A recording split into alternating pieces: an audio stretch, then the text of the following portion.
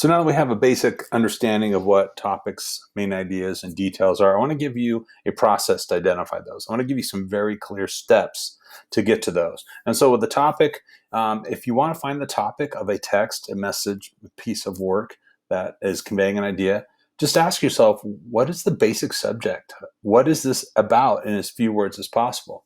For example, it's about who will win the Super Bowl. If you're looking at nonfiction, it's a little bit more what we call the thematic subject. Is it about love? Is it about hate? Is it about revenge? Is it about, overcoming trials? So just say what the thematic subject of the text is in as few words as possible. Here's an example. It's about toxic relationships. So what it's about mostly. And sometimes that's going to bleed into the main idea, and that's okay because it's still moving in the same direction. Next up, we do have main idea. How do I find the main idea or main point? I'll give you a little cheat. If you're looking at a nonfiction text, a lot of times the title will kind of encapsulate what that is. Not so much in fiction. They tend to be a little bit more thematic and stylized. But most nonfiction texts, you will usually get the topic and some idea of what it's saying about the topic. So if you want to find the main idea of a text, whether it's a paragraph, a book, a magazine, a song, a poem, whatever, once you find the topic, one of the topics, ask yourself, what is this text or this author saying about that topic? Your answer will literally be the main point, main idea, the main message of that text. So again, I want to just reinforce not what I think about that subject, but what is this author saying about this subject? So if you take a controversial subject like withdrawing from Afghanistan, how America withdrew from Afghanistan, I have my feelings about that. But if I read an article about that, the main point is going to be what that author has to say, what that text has to say about the withdrawal. So here's some examples of main ideas or main points. This text is saying the Chiefs have the best chance of winning the Super Bowl this year. That's what this article is saying about the subject of who will win the Super Bowl. Another example, this song is saying that bad times outweigh the good times in a toxic relationship, and it's just not worth it. That's what this song has to say about the topic of toxic relationships. So the topic is just kind of the basic subject. The main point or idea is what is this saying about that subject?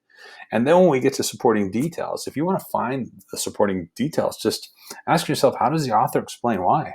How do they prove this point that whatever their position was on withdrawal of Afghanistan, how do they justify that the Chiefs are going to win the Super Bowl? How do they illustrate how toxic relationships aren't worth it? When you do that, when you're kind of looking for how they're backing that up, their reasons why, their evidence for what they think, you're on the right track. So here's an example. The author believes the Chiefs will win because they have the strongest roster, best coaching, and motivation for revenge. Those because statements are usually our supporting details on a nonfiction text. The main point, this is the main point because she, the author or the singer, says, tears are heavier than smiles, and your darkness drowns in your light. This means that the pain of bad times are too heavy to make good times worthwhile. So again, we see in literature and songs, music, poetry, things like that, that sometimes the supporting details aren't clear reasons why. They're actions, they're emotions, they're things that all kind of build up to show us what this text is trying to say. So again, these are steps. These are a recipe. This is a process that you can apply to any text, and it will work. It will get you moving in the right direction, as long as you are reading it again close enough and deep enough. And if you try this and you still don't get it, you probably need to go back in and reread it in a little bit more detail, asking, well, what are they trying to say about this topic? What are their reasons why? Or what are the examples? How do they paint me that picture? And you will be on the right track. So we've got our what, and we've got our how, and we've got our why for this subject. And that is what we're going to use to work on through the rest of this unit. Hopefully this gives you the foundation, the starting point. I don't expect you to be an expert by now.